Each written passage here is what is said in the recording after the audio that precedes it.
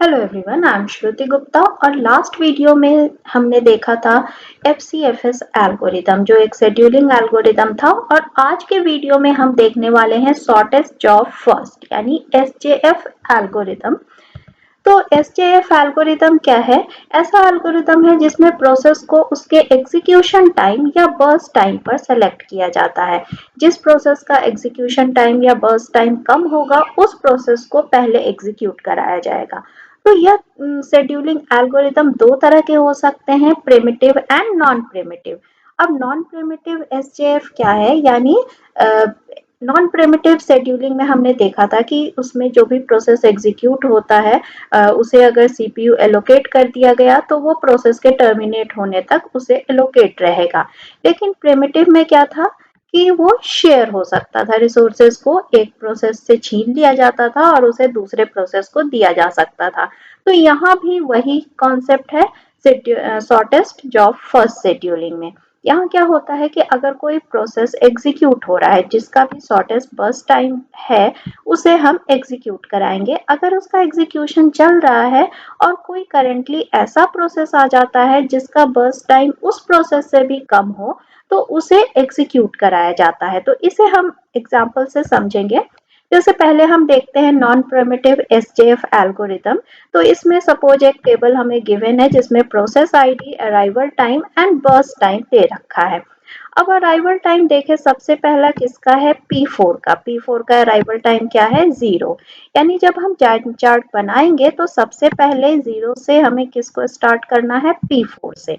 Okay, then next is time 1। अब time 1 पर देखा हम लोगों ने कि P3 आ गया, लेकिन क्योंकि P4 को सीपीयू टाइम मिल चुका है, P4 का एग्जीक्यूशन स्टार्ट हो गया है तो उसे सीपीयू एलोकेट ही रहेगा। तो P4 हमारा कब तक चलेगा? 0 से 3 तक, जब तक इसका एग्जीक्यूशन कंप्लीट नहीं हो जाता है। तो अगर हम 0 से 3 तक देखें तो इस बीच में P3 और P1 दोनों आ चुका है क्यू में। लेकिन P3 और P1 को देखें तो बर्स्ट टाइम किसका कम है? P1 का। तो इसलिए P4 के बाद किसका एग्जीक्यूशन स्टार्ट होगा? P1 को। अब P1 के कंप्लीट होने तक ये चीज चलती रहेगी। तो यहाँ हम देखें तो P1 का एग्जीक्यूशन चलता रहेगा। टाइम 4 पर फिर कौन सा आएगा? P5।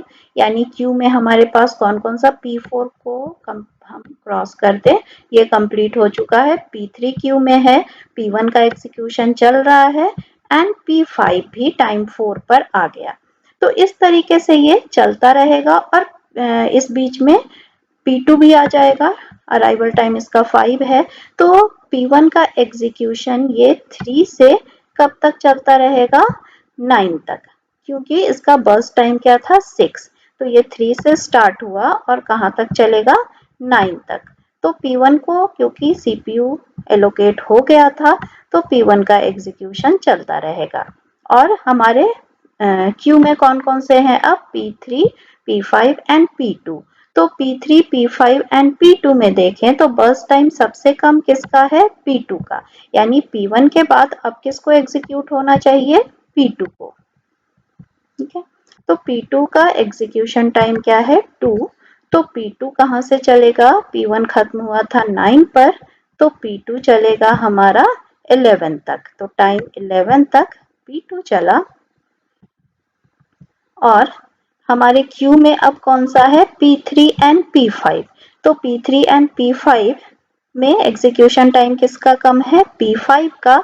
तो 11 से P5 स्टार्ट होगा और इसका बर्स्ट टाइम क्या है? 4। यानी 11 प्लस 4 यानी P5 कब तक चलेगा? 15 तक। और उसके बाद ऑब्वियसली सिर्फ P3 बचा है और इसका एग्जीक्यूशन स्टार्ट होगा। लेकिन अगर हम देखें तो P3 अराइवल टाइम इसका काफी कम था, यानी ये 1 पे अराइव किया था लेकिन इसको स्टार्ट होने के लिए बहुत लंबा समय लगा।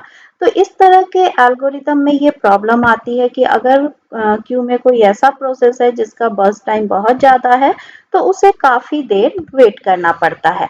तो अगर फाइनली हम अपना जाइंट चार्ट देखें तो P4 कहाँ से कहाँ तक चला? 0 से 3। P1 स्टार्ट हुआ था 3 पे, कंप्लीट कहाँ हुआ? 9 पर। इसी तरीके से P2 9 to 11, P5 11 to 15 and P3 15 से 23। तो इस तरीके से हमारा जाइंट चार्ट ये बन गया। अब हम हर प्रोसेस का वेटिंग टाइम निकालें तो P4 अराइव कब हुआ था 0 पर और 0 पर ही स्टार्ट हो गया। तो इसका start time 0 minus arrival time and that is also 0, तो इसको वेट नहीं करना पड़ा, इसका वेटिंग टाइम क्या आया 0। इसी तरीके से P1 को देखें तो P1 का arrival time sorry starting time क्या था 3 पे स्टार्ट हुआ और आया कब था ये 2 पर, तो 3 माइनस 2 यानी इसका वेटिंग टाइम 1 रहा। P2 का वेटिंग टाइम देखें तो ये स्टार्ट हुआ 9 पर और अराइवल टाइम था 5 यानी इसका वेटिंग टाइम 4 निकला। P5 का स्टार्टिंग टाइम था 11 और ये आया था 4 पे, तो इसका वेटिंग टाइम 7, जबकि P3 का वेटिंग टाइम काफी ज्यादा रहा क्योंकि इसका बर्स्ट टाइम लंबा था। तो P3 स्टार्ट हुआ 15 पर, आया कब था 1 पर, तो इसका वेटिंग टाइम रहा 14। तो इस तरीके से सबको अगर हम कंपेयर करें तो सारे प्रोसेस का वेटिंग टाइम ऐड करके हम नंबर ऑफ प्रोसेस से डिवाइड कर देते हैं। टोटल नंबर ऑफ प्रोसेस हमारे पास कितने हैं 5, तो 26 डिवाइड बाई 5 यानी एवरेज वेटिंग टाइम 5.2 रहा, जो कि FCFS एल्गोरिदम से कम होगा। अगर हम FCFS एल्गोरिदम में निकालें तो इनका वेटिंग टाइम कहीं ज्यादा आएगा। तो ये हो गया नॉन प्रिमिटिव SJF एल्गोरिदम। अब हम देखते हैं प्रिमिटिव SJF एल्गोरिदम। तो स्टार्ट वैसे ही होगा क्योंकि P4 सबसे पहले आया, इस समय कोई भी प्रोसेस नहीं है तो ये 0 से स्टार्ट हो जाएगा, लेकिन 0 से 1 तक अभी ये चल चुका है। 1 पर हमारे पास एक नया प्रोसेस आ गया P3। अब P4 का बर्स्ट टाइम क्या बचा है 3, इसका था बर्स्ट टाइम, एक टाइम यूनिट ये चल चुका तो इसका बर्स्ट टाइम अब क्या बचा 2। अब टाइम 1 पर P4 का बर्स्ट टाइम क्या बचा है 2 और P3 का बर्स्ट टाइम क्या है 8, इसलिए P4 कंटिन्यू होगा। देन अगेन टाइम 2 पर एक नया प्रोसेस आ जा रहा है P1। P1 आ रहा है जिसका बर्स्ट टाइम है 6। अब क्योंकि P4 कहाँ तक चल गया 0 से 2 तक, टाइम 2 की बात कर रहे हैं हम, तो इसका एग्जीक्यूशन एक यूनिट और कंप्लीट हो गया। अब इसका बर्स्ट टाइम बचा है 1। अब P1 P3 P4 का देखें तो ऑब्वियसली P4 शॉर्टेस्ट है, इसलिए ये कंटिन्यू होगा और P4 जाकर कब कंप्लीट होगा टाइम 3 पर। अब P4 तो कंप्लीट हो गया 0 से 3 पर।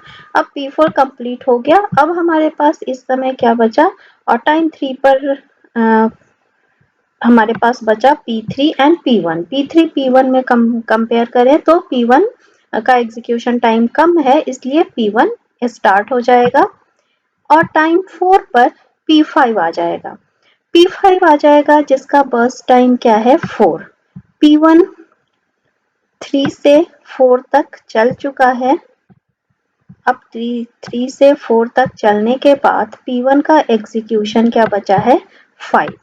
तो अब अगर हम P1 P3 और P5 को देखें एट टाइम 4, तो एग्जीक्यूशन टाइम किसका सबसे कम है P5 का, यानी P1 को प्रिम्प्ट कर दिया जाएगा और इसके बाद क्या स्टार्ट हो जाएगा P5। लेकिन हमें ये ध्यान रखना है कि P1 एक टाइम यूनिट एग्जीक्यूट हो चुका है, तो इसका बर्स्ट टाइम अब 6 की जगह हम 5 मानेंगे। तो P1 का बर्स्ट टाइम 5 है, P5 एग्जीक्यूट हो रहा है। अब टाइम 5 पर देखें तो फिर से एक नया प्रोसेस आ गया P2। P5 कब एग्जीक्यूट हुआ था, ये स्टार्ट हुआ था 4 पे, 4 पे स्टार्ट हुआ था, लेकिन ये 5 तक ही चल पाया क्योंकि अब जो क्यू में नया प्रोसेस आया है P2, इसका एग्जीक्यूशन टाइम 2 बचा है। P5 एक यूनिट चल गया, इसलिए इसका एग्जीक्यूशन टाइम 4 की जगह क्या आ जाएगा 3।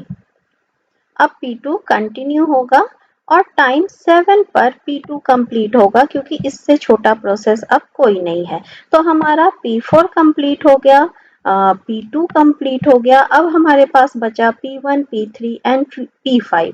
तो किसका एग्जीक्यूशन यूनिट सबसे कम है P5 का। तो फिर से P2 के बाद क्या होगा P5 स्टार्ट होगा और P5 स्टार्ट होके ये कब कंप्लीट होगा 10 पर। अब हमारे पास दो ही प्रोसेस बचा है, कौन सा, P1 and P3। P1 P3 को कंपेयर करें तो P1 का बर्स्ट टाइम 5 बचा है, P3 का बर्स्ट टाइम 8 बचा है। तो ऑब्वियसली इसके बाद P1 का एग्जीक्यूशन स्टार्ट हो जाएगा और 10 के बाद P1 का एग्जीक्यूशन होगा और कब तक चलेगा ये, 15 तक, क्योंकि इसका बर्स्ट टाइम 15 है।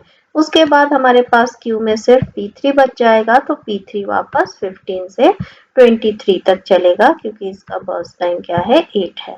तो इस तरीके से हमारा जाइंट चार्ट प्रिपेयर हो गया। अब हम एवरेज वेटिंग टाइम निकालेंगे, तो पहले हर प्रोसेस का वेटिंग टाइम निकालें। तो P4 का वेटिंग टाइम 0, ये आप पहले भी देख चुके हैं कि कैसे कैलकुलेट करते हैं, लेकिन यहाँ थोड़ा सा डिफरेंस है क्योंकि हर प्रोसेस जरूरी नहीं है कि वो कंटिन्यूअसली एग्जीक्यूट होता जाए, बीच में ब्रेक हो रहा है। जैसे P1 की बात करें तो ये यहाँ पे चला है और यहाँ पे चला है और इतनी देर ये क्या कर रहा है, वेट कर रहा है। तो हमें ये भी कैलकुलेट करना पड़ेगा इस बीच का वेटिंग टाइम। तो P1 पहले देखें तो स्टार्ट कब हुआ, 3 पर। अराइवल टाइम क्या था इसका, 2, तो 3 माइनस 2। अब बीच में अगर हम देखें तो P1 स्टार्ट फिर से कब हुआ, 10 पर, और ये खत्म रुका कब था, 4 पर, यानी 10 माइनस 4 करें तो ये क्या आ जाएगा, 6। और इन दोनों का टोटल करें तो शुरू में स्टार्टिंग में इसे 1 टाइम यूनिट वेट करना पड़ा था एंड देन 6, तो टोटल इसका वेटिंग टाइम क्या हो गया, 7। P2 5 पे स्टार्ट हुआ, 5 पे ही अराइव हुआ था, तो इसका वेटिंग टाइम 0 हो गया। P5 4 पे आया था, 4 पे स्टार्ट हो गया, तो यहाँ इससे वेट नहीं करना पड़ा P5 को, लेकिन फिर से ये वेट किया है इसने यहाँ से यहाँ तक, तो 7 माइनस 2, सॉरी 7 माइनस 5, यानी 2 इसका यहाँ वेटिंग टाइम रहा, तो टोटल वेटिंग टाइम इसका 2 रहा। P3 का waiting time 15 minus 1, arrival time 1 था और ये डायरेक्टली जाके कहाँ स्टार्ट हुआ है, 15 पर, तो इसका वेटिंग टाइम रहा 14। अब इन सब का हम टोटल करें सारे प्रोसेस के वेटिंग टाइम का divide by number of process, तो यहाँ देख सकते हैं waiting time, average waiting time हमारा क्या आ रहा है, 4.6, जो कि नॉन प्रिमिटिव शेड्यूलिंग एल्गोरिथम से, non primitive shortest job first algorithm से ये कम है। तो इस तरीके से हम कह सकते हैं कि प्रिमिटिव एसजेएफ एल्गोरिथम का average waiting time non primitive SJF algorithm से कम आता है। तो अगर हम एसजेएफ एल्गोरिथम के एडवांटेजेस की बात करें तो ऐसा देखा गया है कि नॉर्मली इसको लॉन्ग टर्म शेड्यूलिंग में यूज किया जाता है। साथ ही साथ इसका एवरेज वेटिंग टाइम अगर हम एफसीएफएस से कंपेयर करें तो वो कम आता है, तो ये इसका एडवांटेज है। इसमें एक और फीचर है कि इसमें हमें हर प्रोसेस के रन टाइम का पहले से पता होना चाहिए। साथ ही अगर लॉन्ग टर्म शेड्यूलिंग में अगर बैच प्रोसेसिंग सिस्टम है, बैचेस में जॉब को एग्जीक्यूट कराया जा रहा है, तो वहाँ जॉब डिस्क्रिप्शन के बेस पर हम बर्स्ट टाइम एस्टिमेट कर सकते हैं कि उस प्रोसेस का बर्स्ट टाइम कितना होगा। शॉर्ट टर्म शेड्यूलिंग में नॉर्मली हम वैल्यू प्रिडिक्ट कर सकते हैं कि किसी प्रोसेस का बर्स्ट टाइम कितना होगा, और इसमें एवरेज टर्न अराउंड टाइम भी ऑप्टिमल होता है। तो ये सारे इसके एडवांटेजेस हैं। डिसएडवांटेजेस की अगर बात करें तो जॉब कंप्लीशन टाइम पहले से पता होना मुश्किल होता है। साथ ही साथ length of upcoming CPU burst को प्रिडिक्ट करना भी मुश्किल होता है कि किसी प्रोसेस को का बर्स्ट टाइम कितना होगा, तो ये इसका हम डिसएडवांटेज कह सकते हैं। साथ ही इसमें स्टारवेशन की भी प्रॉब्लम आती है। अगर कोई ऐसा प्रोसेस क्यू में आता है जिसका अराइवल टाइम तो कम हो लेकिन उसका बर्स्ट टाइम ज्यादा हो, तो उसे बहुत लंबे समय तक वेट करना पड़ सकता है। elapsed टाइम को भी रिकॉर्ड करना मुश्किल होता है क्योंकि जब भी कोई नया प्रोसेस आता है प्रोसेसर को ये देखना पड़ता है कि करेंटली एग्जीक्यूटिंग प्रोसेस कितना बचा है, उसका बर्स्ट टाइम, अब रिमेनिंग बर्स्ट टाइम कितना है, और साथ ही जो नए प्रोसेसर आए हैं क्यू में उनका बर्स्ट टाइम कितना है, तो हर बार उसे ये कंपेयर करना पड़ता है। तो इस तरीके से ये सब इसके डिसएडवांटेजेस हैं।